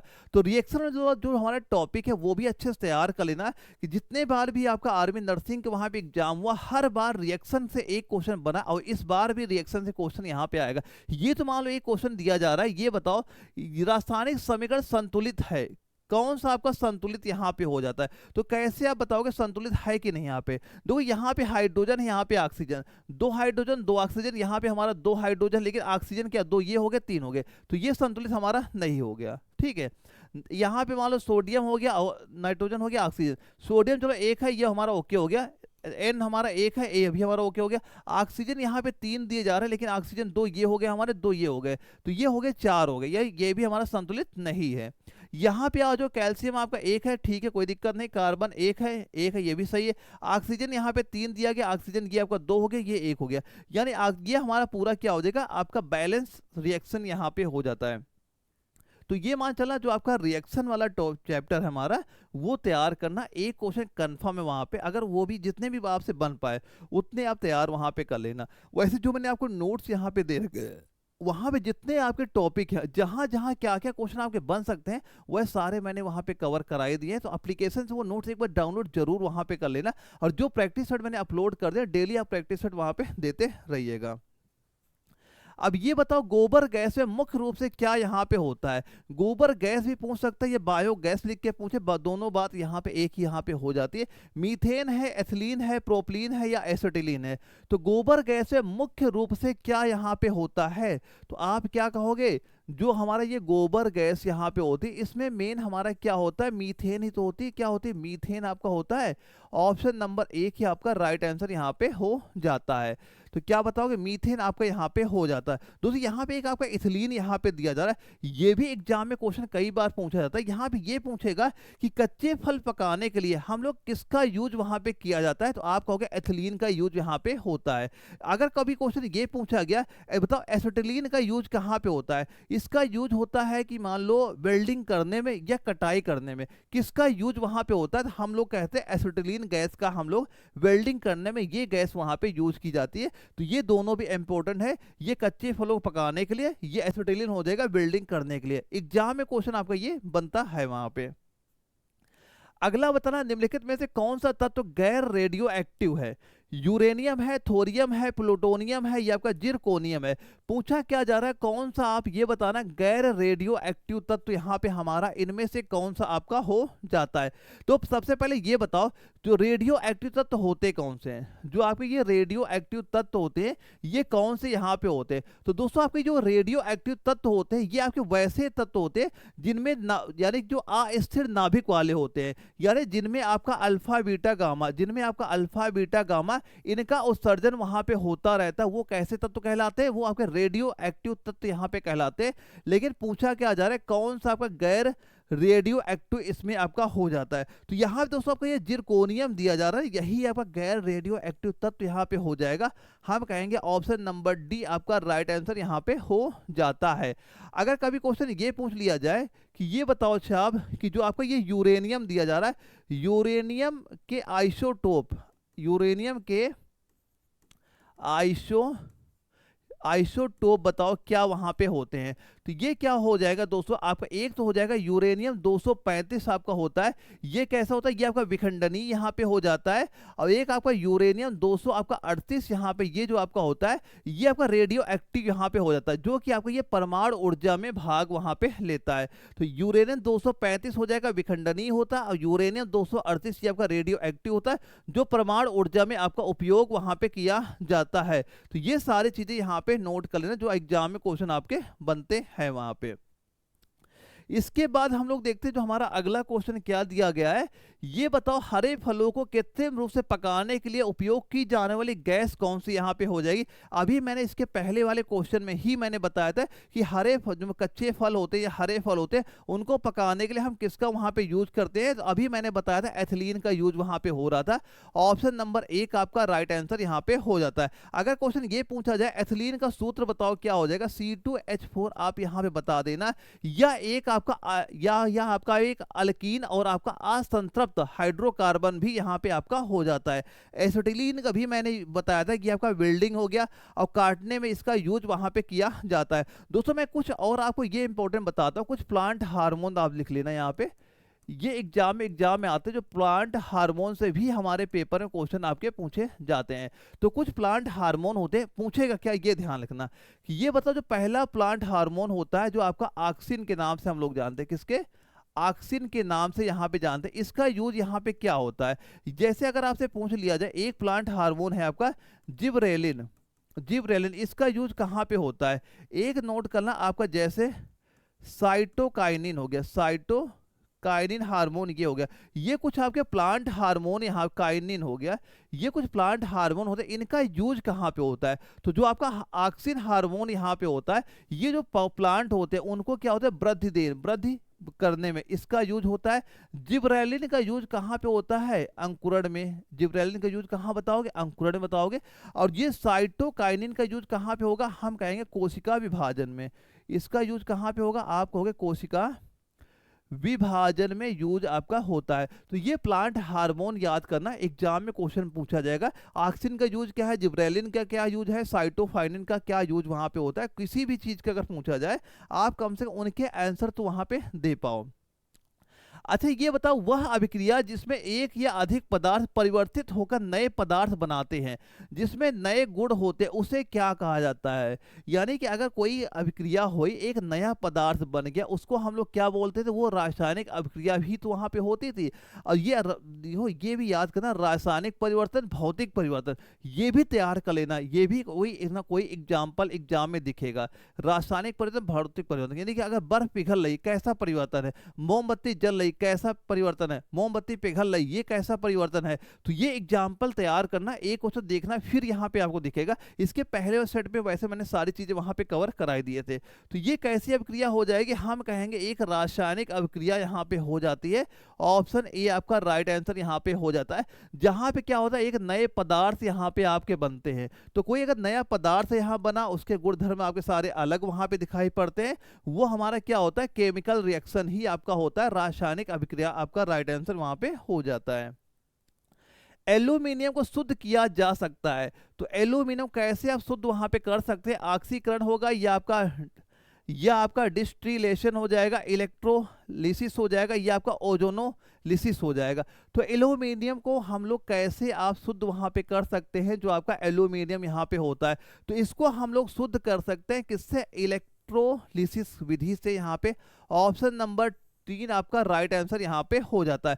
दोस्तों जो आपको ये इलेक्ट्रोलिसिस यहाँ विधि आपकी दी जा रही है, इससे आप जैसे सोडियम हो गया, क्या हो गया? एक आपका सोडियम आपका हो गया, जैसे आपका मैग्नीशियम हो गया। सोडियम लिख दिया हमने, सोडियम के बाद आपने बताया मैग्नीशियम, क्या बता दिया यहाँ पे? एक आपका मैग्नीशियम यहाँ पे हो गया। इसके अलावा आपका जो पोटेशियम हो गया, पोटेशियम हो गया, इनके भी शुद्ध इनसे इसी विधि से आपका यहाँ पे किया जा सकता है। एक क्वेश्चन ये आता है कि ये बताओ, जो आपका एल्यूमिनियम यहाँ पे दिया जा रहा है, ये बताओ इसका अयस्क, एल्यूमिनियम का अगर आपसे कभी ये पूछ लिया जाए कि एल्यूमिनियम, हमें ये बताओ अयस्क किसका है? एल्यूमिनियम अयस्क अगर पूछा जाए कि एल्यूमिनियम का अयस्क क्या वहां पे, तो जो सबसे ज्यादा एग्जाम में आता है वो बॉक्साइट ही आपसे पूछा जाता है। किसका? बॉक्साइट का। यानी Al2O3 इंटू 2H2O, ये बॉक्साइट का ही आपसे पूछा जाएगा कि एल्यूमिनियम का मुख्य अयस्क क्या वहां पे है, तो हम बताएंगे बॉक्साइट एल्यूमिनियम मुख्य अयस्क होता है। ये भी पॉइंट यहाँ पे आप नोट कर लेना। अगर क्वेश्चन ये पूछा जाए कि एल्यूमिनियम का हम यूज कहाँ कहाँ पे होता है, कि जो आपका एल्यूमिनियम होता है, ये होता है, इसका यूज कहाँ कहाँ पे होता है, तो आप क्या कहोगे? आप बताओ, पहला यही बताना, हवाई जहाज, हवाई जहाज के निर्माण में हो जाएगा। जैसे बिजली तार बनाने में भी होता है, बर्तन बनाने में भी होता है, ये आपका एक हल्का कंडक्टर भी वहां पे होता है, लेकिन सबसे ज्यादा यूज आपका एल्यूमिनियम का हवाई जहाज बनाने में ही वहां पे किया जाता है। अगले क्वेश्चन दिया जा रहा है, अशुद्ध कपूर को शुद्ध किया जा सकता है। जो आपका अशुद्ध कपूर होता है, कौन सी विधि के द्वारा शुद्ध किया जाएगा? ऊर्ध्वपातन होगा, आंशिक क्रिस्टलीकरण होगा, आंशिक आसवन होगा, भाप आसवन होगा। तो अशुद्ध कपूर को हम लोग कैसे वहां पे शुद्ध आपका कर सकते हैं? तो कैसे शुद्ध आपको ये किया जा सकता है? आप सीधा सीधा कहोगे ऊर्ध्वपातन विधि के द्वारा। ऑप्शन नंबर 1 आपका राइट आंसर यहाँ पे हो जाता है। दोस्तों ऊर्ध्वपातन की अगर उदाहरण की हम लोग बात यहाँ पे कर ले, जैसे आपका कपूर हो गया, क्या हो? कपूर हो गया। जैसे आपका आयोडीन हो गया, आयोडीन एक हो गया। आयोडीन के बाद दोस्तों आपको यहाँ पे एक लिख लेना, क्या? नेप्थलीन, क्या लिख लेना यहाँ पे? नेप्थलीन, यहाँ पे आप लिख लेना। एक और यहाँ पे नोट करना, अमोनियम क्लोराइड, अमोनियम क्लोराइड, ये भी चीज यहाँ पे आप नोट कर लेना। इन्हीं विधियों से क्या होता है? आपका ऊर्ध्वपातन यहाँ पे राइट आंसर आपका हो जाता है। कभी अगर क्वेश्चन ये पूछा जाए, अच्छा ये बताओ, कपूर की यहाँ बात हो ही रही है, ये बताओ कपूर का रासायनिक नाम क्या होता है और रासायनिक सूत्र क्या यहाँ पे होता है? तो अगर ये दो चीज पूछ ली जाए, तो पहला बताओ कपूर का रासायनिक नाम हम लोग क्या बताएंगे? आप कहोगे कैम्फर, ये हो गया रासायनिक नाम। और इसका रासायनिक सूत्र क्या हो जाएगा? C10H16 और ओ आपका ये क्या हो जाता है, आपका रासायनिक सूत्र होता है, जो कि आपका एक वाष्पशील ठोस पदार्थ आपका ये हो जाता है। तो हम लोग क्या बताएंगे, अशुद्ध कपूर को शुद्ध कैसे कर सकते हैं, ऊर्ध्वपातन विधि से आपको ये शुद्ध किया जा सकता है। किसी का पूछ ले, आयोडीन का पूछे, कपूर का पूछे, अमोनियम क्लोराइड का पूछे, सभी को आपको ऊर्ध्वपातन विधि से हम उन्हें शुद्ध कर सकते हैं। अगला क्वेश्चन आता है, ग्रीन हाउस प्रभाव किसके कारण यहाँ पे होता है। नाइट्रोजन है, कार्बन डाइऑक्साइड है, कार्बन मोनोऑक्साइड है, नाइट्रोजन डाइऑक्साइड है। तो ग्रीन हाउस प्रभाव देखो होता क्या है। ग्रीन हाउस प्रभाव से आप सीधे से एक चीज ये मान लें, जैसे कि सूर्य का प्रकाश यहाँ आया, पृथ्वी का टेम्परेचर बढ़ा, अब वो टेम्परेचर लगातार बढ़ता ही जा रहा है, यानी वो वापस वहां पे नहीं हो पा रहा है। तो ये दिक्कत क्या आ रही है, ग्रीन हाउस प्रभाव वहां पे होता है। तो मेन जिसके लिए जिम्मेदार क्या होता है, CO2 गैस ही यहाँ पे होती है। अच्छा, अगर क्वेश्चन ये पूछ लिया जाए कि ग्रीन हाउस प्रभाव के लिए कौन कौन सी गैसें वहां पे जिम्मेदार आपकी यहाँ पे हो जाती हैं, तो वो कौन कौन सी गैसें यहाँ पे हो जाएंगे। एक जैसे आपका CO2 हो गया, एक दोस्तों आपका जैसे मीथेन CH4 हो गया, एक जैसे आपका नाइट्रस N2O हो गया, एक आप यहाँ पे O3 कर दिया, एक दोस्तों हमारा H2O आपका हो, ये आपका वाष्प इसकी यहाँ पे हो गई। ये सारे के सारे हमारे जो यहाँ पे दिए जा रहे हैं, सभी आपके ग्रीन हाउस प्रभाव के लिए आपके यहाँ पे जिम्मेदार आपके यहाँ पे हो जाते हैं। ग्रीन हाउस प्रभाव से क्या होता है, जो तापमान की पृथ्वी की वृद्धि है, ये जो तापमान पृथ्वी का है, वो टेम्परेचर हमेशा आपका बढ़ता जा रहा है, और इसकी वजह से ये भी हो रहा है कि जो आपके समुद्रों में बर्फ वहाँ वो पिघल रही है, और समुद्र का जो जल का स्तर वो भी लगातार आपका धीरे धीरे वहां बढ़ता आपका जा रहा है। तो ये सारे जो प्रभाव वहां पे दिख रहे हैं, ग्रीन हाउस प्रभाव के ही लक्षण आपके वहां पे हो जाते हैं। ये बताओ, बर्तन बनाने में उपयोग होने वाला जर्मन सिल्वर किसका मिश्र धातु है। ये पूछा गया है, जर्मन सिल्वर जो आपका है ये किसका मिश्र धातु यहाँ पे है। कापर सिल्वर निकल का, कापर जिंक निकल का, कापर जिंक एल्यूमिनियम का, कापर निकल या एल्यूमिनियम का। तो पूछा जा रहा है जर्मन सिल्वर किसका मिश्र धातु यहाँ पे हो जाता है। तो जर्मन सिल्वर अगर यहाँ पूछा जा रहा है तो हम क्या बताएंगे, आप बताओगे ये होगा कापर का, जिंक का, निकल का। तो हम क्या कह देंगे, आप कहोगे सीधा ऑप्शन नंबर 2 आपका राइट आंसर यहाँ पे हो जाता है। क्या हो जाएगा, देखो अगर कभी ये क्वेश्चन पूछा जाए कि जो आपको ये जर्मन सिल्वर होता है, जो आपका जर्मन सिल्वर होता है, इसका अगर अनुपात पूछ लिया, अनुपात यहाँ पे क्या यहाँ पे होता है, रेशियो अगर पूछा जाए, तो यहाँ पे दोस्तों जो आपका ये कापर होता है, ये दोस्तों आपका 50 से लेके 60% क्या होता है, इसमें कापर होता है। अगर जेडन की बात यहाँ पे कर लें, ये आपका दोस्तों 20 से लेकर 30% यहाँ पे होता है। निकिल की दोस्तों अगर बात यहाँ पे की जाए, तो ये आपका दोस्तों क्या होता है, 10 से लेकर 30% यहाँ पे आपका होता है। यानी ये इनका परसेंटेज होता है, जब हम सभी को मिलाते हैं क्या बनता है, जर्मन सिल्वर आपका यहाँ पे बन जाता है। इंपॉर्टेंट और पेपर में ये एग्जाम में क्वेश्चन पूछा भी आपका जाता है।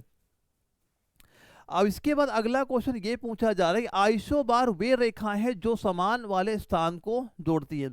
कि आइसो को रेखाओं से भी एग्जाम में क्वेश्चन बनता है। यहां भी जैसे आपसे पूछा गया, आइसोबार वो रेखाएं हैं जो समान वाले स्थान को जोड़ती है। किसको जोड़ती है, कि वर्षा है, दाब है, जनसंख्या है, समुद्र तल से ऊंचाई। जो जनसंख्या तो हो ही नहीं सकता यहाँ पे, वर्षा, दाब और समुद्र तल से ऊंचाई, इन तीनों कोई ना कोई रेखा है जो वहां पे जोड़ती है। तो कोई भी पूछा जाए, जैसे वर्षा यहाँ पे दिया जा रहा है, तो वर्षा के लिए दोस्तों कौन सी रेखा होती है, हम कहते हैं यहाँ पे आइसो हाइट रेखा आपकी यहाँ पे हो। इसका राइट आंसर क्या बताएंगे हम लोग, दाब यहाँ पे हो जाएगा। कि आइसोबार वे रेखाएं होती हैं जो समान स्थानों जिनका दाब बराबर वहां पे होता है, उसको आपकी ये आइसोबार रेखाएं वहां पे जोड़ती हैं वहां पे। इसके बाद जो समुद्र तल से ऊंचाई यहाँ पे आपकी दी जा रही है, इसके लिए कौन सी रेखाएं होती हैं, हम कहते हैं कंटूर रेखाएं। कौन सी, कंटूर रेखा होती है। कौन सी रेखा होती है, कंटूर रेखा यहाँ पे होती है। और वर्षा के लिए मैंने बता दिया, वर्षा के लिए आपका आइसो हाइट रेखा यहाँ पे हो जाती हैं। वर्षा का पूछेगा आइसो हाइट बताना है, समुद्र से ऊंचाई का पूछेगा कंटूर बताना है, आइसो बार पूछेगा आपको बताना है किसका, यहाँ पे दाब में आपको वहां पे बता देना है। अगले क्वेश्चन में आते हैं, यहाँ पे क्या चीज दी जा रही है, यहाँ से हमारे बायोलॉजी क्वेश्चन स्टार्ट होते हैं और 15 क्वेश्चन आपके बायोलॉजी के भी पेपर में वहां पूछे जाएंगे। और पहला क्वेश्चन क्या हमारा बायोलॉजी, ध्यान देखते हैं दोस्तों, काउंट भी आप करते चल रहे हैं, क्या स्कोर यहाँ पे हो रहा है। दोस्तों अगर आपको फाइनल तक सिलेक्शन वहां पे लेना है, अभी तो टारगेट बना के चलना है, कैसे भी करके 40 से लेकर 42 क्वेश्चन आपको वहां पे सही करना है। और जो नोट्स मैंने दिए हैं उसी भरोसा आप एक बार कर लेना, एक बार आप वहां तैयार जरूर करिएगा। इसके बाद आप खुद देखना कि आपकी तैयारी कहाँ से कहाँ तक पहुंच जाती है, क्योंकि आप इतना टाइम आपके पास नहीं बच रहा है कि आप कम मान लो नोट्स बनाना शुरू करो। अगर नोट्स अभी आप बनाओगे तो कब इसे आप वहाँ पे तैयार करोगे, कब उसका रिवीजन करोगे? बस जो नोट्स मैंने दे रखे इनकी फोटो कॉपी निकलवा लेना और जितना टाइम बच रहा है उसी की प्रैक्टिस आपको यहाँ पे करना है। तो ये बताओ निम्नलिखित में सबसे मीठी शर्करा कौन सी यहाँ पे होती है? देखो ऐसा क्वेश्चन कभी भी आता है, ये आपका डिपेंड करता है ऑप्शन में। सीधा सीधा आप देखो ऑप्शन में अगर आपका फ्रक्टोज यहाँ पे दिया गया है, क्या दिया गया? अगर आपके ऑप्शन में फ्रक्टोज दे दिया कि ये आपका राइट आंसर हो गया। फ्रक्टोज के बाद सेकंड नंबर में हमारा क्या आ जाएगा? आप कहोगे सुक्रोज, ये सेकंड नंबर में आएगा। सुक्रोज के बाद क्या आएगा? आप कहोगे ग्लूकोज आता है, ये सेकंड इसके बाद आ जाता है। ग्लूकोज के बाद कहोगे आपका क्या आएगा? माल्टोज। इसके बाद क्या कह दोगे? माल्टोज यहाँ पे आपका आ जाता है। अगर कभी ये क्वेश्चन देखो इसका आंसर क्या बताओगे तो सबसे पहली हमारी क्या होगी? फ्रक्टोज। ऑप्शन 3 आपका राइट आंसर हो गया। अगर ऑप्शन में ये फ्रक्टोज हमें ना दिखाई पड़ता तो हम अगला वाला देखते, अगर सुक्रोज भी ना दिखता हम अगला वाला वहां चेक करते। ये ऑप्शन जो इसका आंसर होगा ये आपके ऑप्शन पे हमेशा डिपेंड आपका करता है। अगर देखो इसका आंसर अगर आपका फ्रक्टोज है तो अगर कभी ये क्वेश्चन पूछा जाए ये फ्रक्टोज किसमें आपका पाया जाता है, हम कहाँ बताएंगे? जैसे आगे फलों में ये आपका पाया जाएगा, ये आपके जो शहद हो गया शहद में आपका ये पाया वहाँ पे जाता है। और यानी उच्च आपके फ्रक्टोज आपके कार्न सिरप में भी आपके ये वहाँ पे पाए जाते हैं। तो ये कुछ आपके इंपॉर्टेंट पॉइंट यहाँ पे हो जाते हैं, तो ये आप याद जरूर करना है। अगर ये चारों चीज़ें याद है तो ऑप्शन कोई भी इन्हीं में ऑप्शन आपको वहाँ पे कोई ना कोई दिख जाएगा। ये बताना एक विटामिन को अपनी सक्रियता के लिए कोबाल्ट की आवश्यकता होती है, वह विटामिन है। यानी एक विटामिन को अपनी सक्रियता के लिए कोबाल्ट की आवश्यकता होती है, वह विटामिन कौन है? विटामिन B12 है, डी है, B2 है या ए है? कौन सा विटामिन यहाँ पे आपका हो जाएगा? तो हम लोग क्या कहेंगे, ये दोस्तों आपका हो जाएगा कौन सा? विटामिन B12 यहाँ पे आपका राइट आंसर इसका हो जाता है। देखो इसको अन्य नाम क्या यहाँ पे होता है? इसको आपका कोबालामिन के नाम से भी आपका ये वहां पे जाना जाता है। अगर ये क्वेश्चन पूछा जाए विटामिन B12 के स्रोत बताओ, यानी ये किस किस से हमें प्राप्त वहां पे होता है, तो क्या बताओ? जैसे ये आपका हो जाएगा, जैसे आपका मांस हो गया, मांस से प्राप्त आपका हो गया। ये आपका दूध हो गया, दूध से प्राप्त होता है। जैसे आपके ये अंडे हो गए, अंडे से आपका प्राप्त होता है। यानी ये इनसे क्या होता है? आपका विटामिन B12 हमें प्राप्त आपका होता है। तो विटामिन से एक एग्जाम में ये क्वेश्चन बहुत पूछा जाता है, ये इंपॉर्टेंट याद कर लेना। विटामिन से एक ये बताओ, विटामिन जल में घुलनशील विटामिन कौन सी होती है और वसा में घुलनशील विटामिन? बेसिक है, वैसे आपको पता भी वहां पे होगा। अगर जिन बच्चों को नहीं पता है याद कर लेना, जल में घुलनशील विटामिन आपकी B और C यहाँ पे हो जाता है। और वसा में घुलनशील कभी पूछेगा तो आप बताओगे A हो जाएगा, D हो जाएगा और E हो गया, हमारा K हो गया।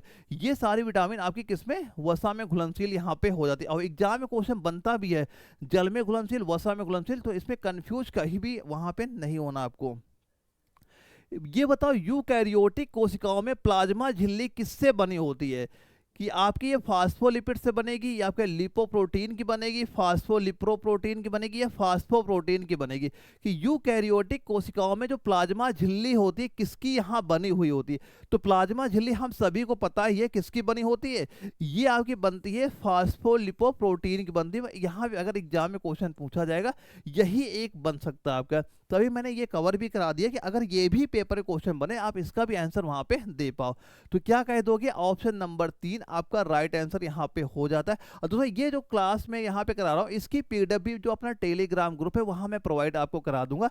जो व्हाट्सअप नंबर ये आपका स्क्रीन में शो कर हाई लिख के मैसेज कर दीजिएगा, जहां मैं आपको टेलीग्राम का आपका ग्रुप लिंक वहां प्रोवाइड करा दूंगा। जितने भी क्लासें यहाँ पे होंगी उनकी पीडीएफ वहां पे आपको देखने को मिल जाया करेंगी।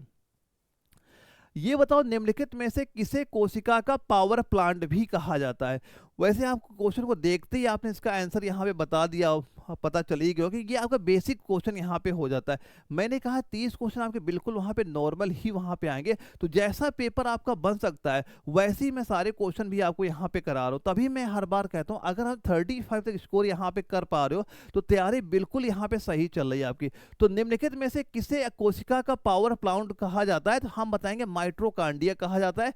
ऑप्शन 2 आपका राइट आंसर यहाँ पे हो जाता है। अगर कभी ये क्वेश्चन पूछा जाए कि आत्महत्या की थैली किसे वहां पे कहा जाता है, तो किसका नाम बताओगे? तब लाइसोसोम को बताना है। लाइसोसोम को क्या कहा जाता है? आत्महत्या की थैली वहां पे कहा जाता है। एक चीज और यहाँ बस तैयार कर लेना कि ये अगर क्वेश्चन पूछा जाए एटीपी का फुल फॉर्म बता दो यहाँ पे क्या होता है, फुल फॉर्म भी आपका यहाँ पे होता है, एग्जाम में आता है। तो ए से क्या हो जाएगा? हमारा हो जाएगा एडेनोसिन हो जाएगा, टी से आपका ट्राई हो जाएगा, पी से हमारा फास्फेट यहाँ पे हो जाता है, जो कि कोशिका की कोशिका की आपकी जो ऊर्जा मुद्रा भी आपकी ये यहाँ पे हो जाती है। तो फुल फॉर्म तैयार करना, एग्जाम में क्वेश्चन ये आपका पूछा भी जाता है, इंपॉर्टेंट आपका यहाँ पे हो जाता है।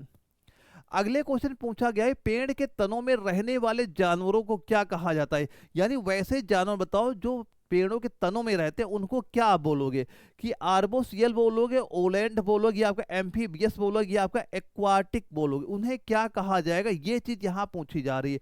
देखो जो यहाँ पे आपके आर्बोरियल यहाँ पे दिया जा रहा है, यही आपका राइट आंसर यहाँ पे हो जाता है। ये आपके क्या होते हैं? पौधों के तनों में वहां पे रहते हैं। जैसे आप ये मान सकते हो, जैसे कि आपका बंदर हो गया, या आपके दोस्तों जैसे गिलहरी हो गया, ये सारे इसी में आपके यहाँ पे देखने को मिल जाते हैं। जैसे आपका ओलेंट यहाँ पे दिया जा रहा है, इसमें क्या आता है? जो आपके उड़ने वाले होते हैं, जो आपके उड़ते हैं, जैसे आपका पक्षी हो गया, चमगादड़ हो गया, ये किस में आते हैं? ओलेंट में।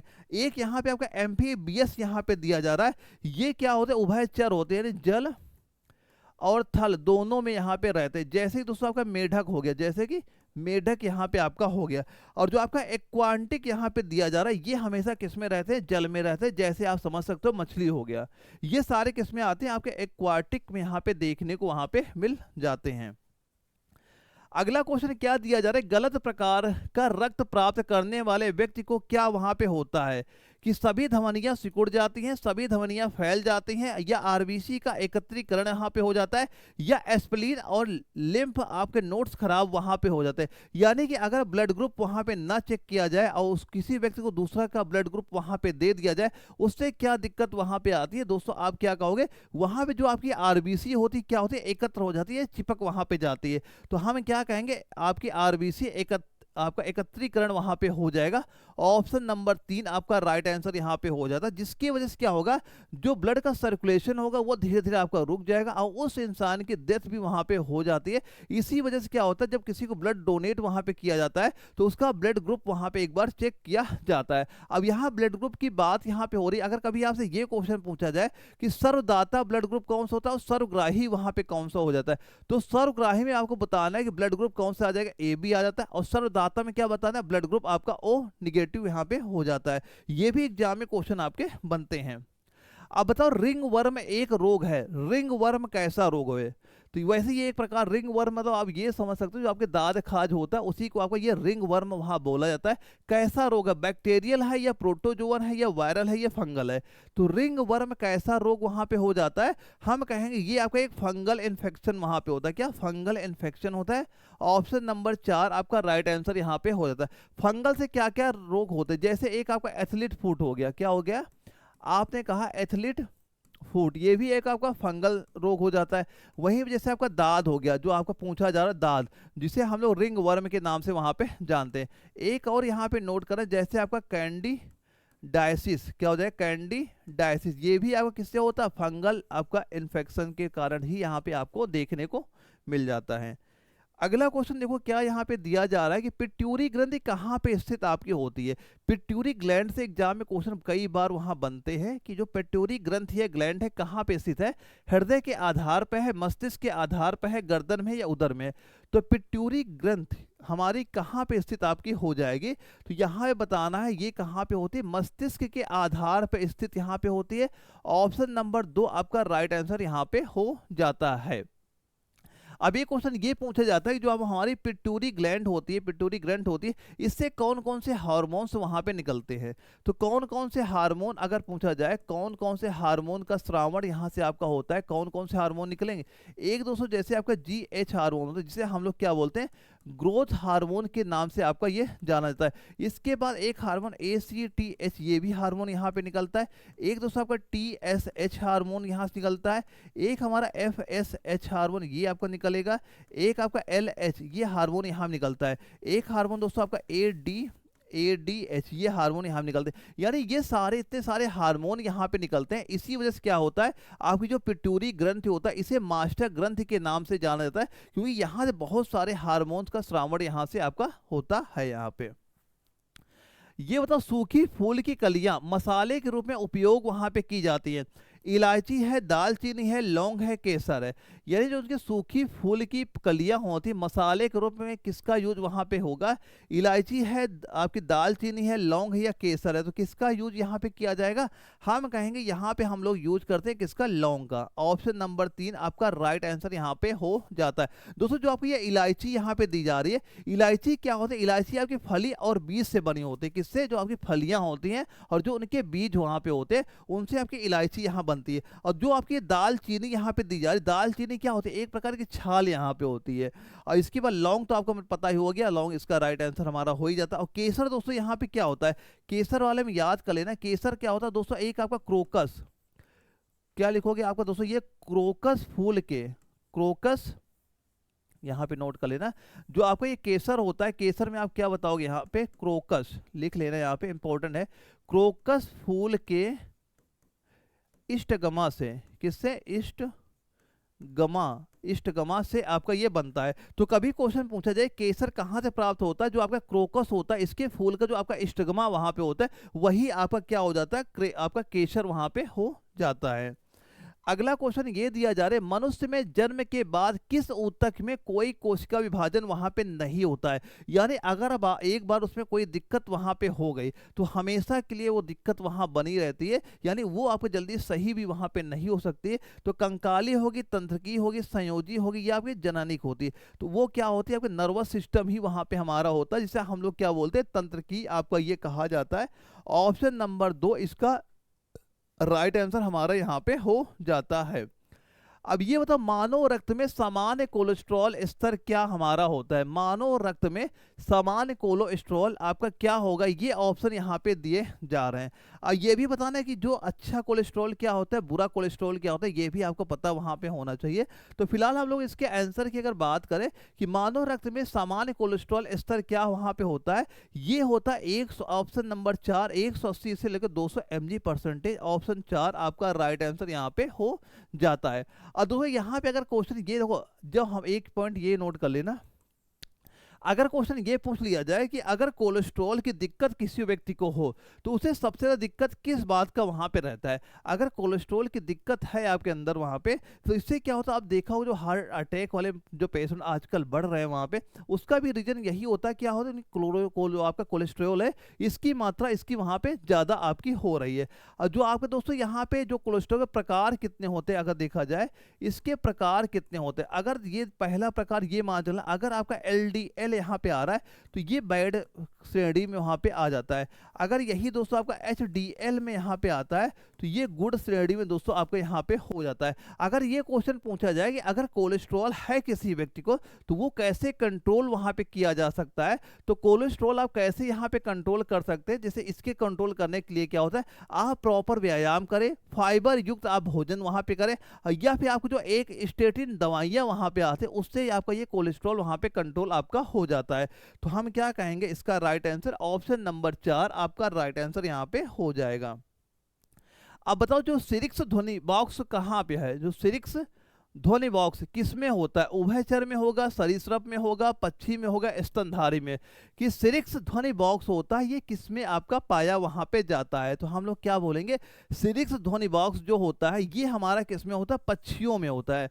ऑप्शन नंबर 3 आपका राइट आंसर यहाँ पे हो जाता है। देखो उभयचर जो जीव होते हैं, उभयचर, उभयचर में क्या होता है, इसमें आपकी लैरिंक्स ध्वनियां होती, कैसी होती है, हम कहेंगे लैरिक्स, लैरिक्स ध्वनियां यहाँ पे आपकी हो जाती हैं। इसके बाद जो सरीसृप यहाँ पे दिया जा रहा है, इसमें क्या हो, सरीसृप जो प्राणी में कोई ध्वनियां मेन होती नहीं। स्तनधारीय जो यहाँ पे दी जा रही है इसमें भी आपकी क्या लैरिक्स इसमें भी आपका हो जाता है, यानी जिसे हम लोग वॉइस बॉक्स बोलते हैं, यानी जो हम लोग आवाज हमारी निकल रही है कहाँ से निकल रही है, इसको क्या यहाँ बोला जाता है, यही चीजें आपकी वहां पे हो जाती हैं। अगला क्वेश्चन में क्या दिया जा रहा है, किस पौधे को हर्बल इंडियन डॉक्टर कहा जाता है, यानी उस पौधे का नाम बताओ जिससे बहुत सारी औषधियां वहां बनाई जाती हैं और जो कि गाँव में काफ़ी ज़्यादा यूज भी वहाँ पे की जाती है। तो वो आंवला का होगा, आम का होगा, नीम का होगा या तुलसी का होगा। तो वो किसका वृक्ष वहाँ पे होता है आप सभी को पता ही होगा, वो वृक्ष किसका होता है, नीम का होता है। ऑप्शन नंबर 3 आपका राइट आंसर यहाँ पे हो जाता है। किसका वृक्ष हो जाता है, आपका ऑप्शन नंबर 3 हमारा राइट आंसर आपका यहाँ पे हो जाता है। अब ये भी आपको पता होगा, जो आपका आंवला होता है ना, आंवला में कौन सी विटामिन यहाँ पाई जाती है, हम बताएंगे। आंवला में विटामिन सी प्रचुर मात्रा में आपका यहाँ पे पाया जाता है, जो कि हमारा बाल हो गया, त्वचा हो गया, पाचन के लिए बहुत उपयोगी आपका वहाँ पे हो जाता है।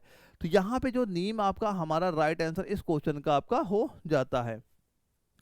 अगले क्वेश्चन देखो क्या दिया जा रहा है, धनिया में उपयोगी भाग क्या है। धनिया का सबसे उपयोगी भाग क्या होता है, जड़ें और पत्तियां हैं, पत्तियां और फूल होगा, या पत्तियां और सूखे फल होगा, या फूल और सूखे फल होगा। तो धनिया में उपयोगी भाग कौन सा वहां पे होता है, तो धनिया का जो सबसे उपयोगी भाग होता है ये होता है पत्तियां और सूखे फल। जैसे सूखे फल से क्या होता है, धनिया का मसाला, सूखे फल हो गया। और पत्तियां तो आपने देखा होगा, जो हमारी खानों में सब्जियां बनती हैं वहां पे धनिया की पत्तियां तो आपकी डाली वहां पे जाती हैं। तो कौन सा उपयोगी भाग हो गया, पत्तियां और सूखे फल, हमारा राइट आंसर यहाँ पे हो जाता है। अगर क्वेश्चन ये पूछ लिया जाए कि ये बताओ धनिया का वैज्ञानिक नाम यहाँ पे क्या होता है, तो वैज्ञानिक नाम क्या बताओगे, सीधा सीधा आप नोट करिए, क्या, कोरिएंड्रम। क्या हो जाएगा आपका, कोरिएंड्रम सेटिवम, सटियम, ये क्या हो जाएगा आपका धनिया के वैज्ञानिक का नाम यहाँ पे आपका हो जाता है। अगर कभी ये क्वेश्चन पूछा जाए, ये बताओ धनिया जो आपका है भारत में सबसे ज्यादा कहाँ पे आपका उत्पादन इसकी वहां पे होती है, तो सबसे ज्यादा दोस्तों ये आपका होगा राजस्थान में आपका हो जाएगा। राजस्थान के बाद आपका नंबर किसका आएगा, इसके बाद है गुजरात का। राजस्थान के बाद कहाँ का नंबर आता है, आप बताओ, गुजरात का। गुजरात के बाद कौन सा आएगा आपका, मध्य प्रदेश का नाम यहाँ पे आपका आ जाएगा। अगर क्वेश्चन ये पूछा जाए कि पूरी दुनिया में धनिया का उत्पादन सबसे ज्यादा कहाँ, कौन से देश में यहाँ पे होता है, तब भी आप बताओगे भारत देश में धनिया का सबसे ज्यादा उत्पादन वहां पे आपका होता है।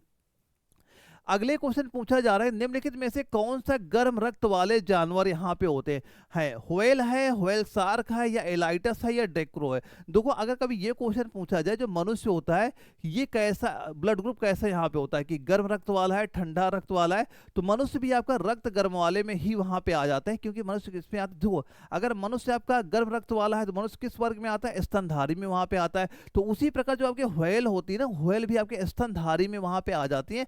तो ये भी क्या हो जाएंगे, आपके गर्म रक्त वाले जानवर यहाँ पे हो जाते हैं। क्या बताओगे, आपका व्हेल आपके यहाँ पे राइट आंसर यहाँ पे हो जाता है। और देखो ठंडे अगर पूछा जाए, शीत रक्त वाले, ठंडे रक्त वाले, इसमें क्या क्या आते हैं, जैसे आपके मछली हो गया, मछली हो गया, या फिर दोस्तों जो आपके उभयचर होते हैं, उभयचर, उभयचर जो जानवर आते हैं वो भी इसी में आते हैं। या फिर दोस्तों जब सरीसृप होते हैं, सरीसृप जो जानवर होते हैं वो सारे किस में आते हैं, ठंडे ब्लड वाले में आपके यहाँ पे आ जाते हैं। दोस्तों यहाँ पे एक ऑप्शन आपका यहाँ देख रहे हैं हम, क्या डेक्रो लिखा है, क्या ड्रेको लिखा है, ये क्या होता है दोस्तों, ये आप यहाँ पे लिखना, ये हो जाएगा आपका उड़ने वाली, ये होता उड़ने वाली आपकी छिपकली। ये क्या होता है, उड़ने वाली आपकी ये छिपकली यहाँ पे होती है। तो कभी अगर पूछा जाए डेक्रो क्या होता है, उड़ने वाली छिपकली आपके यहाँ पे हो जाती है। तो दोस्तों यहाँ पे हमने सारे 50 क्वेश्चन आपके देख लिए यहाँ पे। अब ये आप कमेंट बॉक्स बता लें क्या स्कोर यहाँ पे आपका हो रहा है। अगर यहाँ पे आपके 35 प्लस क्वेश्चन आपने सही कर लिए तो मान चला तैयारी आपकी बिल्कुल यहाँ पे सही चली। और दोस्तों ये जो आपके नोट्स यहाँ पे दिए जा रहे हैं, ये एक बार यहाँ पे तैयार कर लेना, जहाँ पे आपके biology, physics, chemistry, GK math proper hand notes यहाँ मिल जाएंगे। और इसके बाद जो आपका 50 प्रैक्टिस सेट भी आपको यहाँ पे सीधे सीधे देखने को मिल जाएंगे। बस एग्जाम पहले अगर आपने ये सारे एक बार वहाँ पे तैयार कर लिए, नोट्स यहाँ आपको बनाने नहीं पड़े, कंप्लीट नोट्स आपको सीधे व्हाट्सएप पे मिल जाएंगे।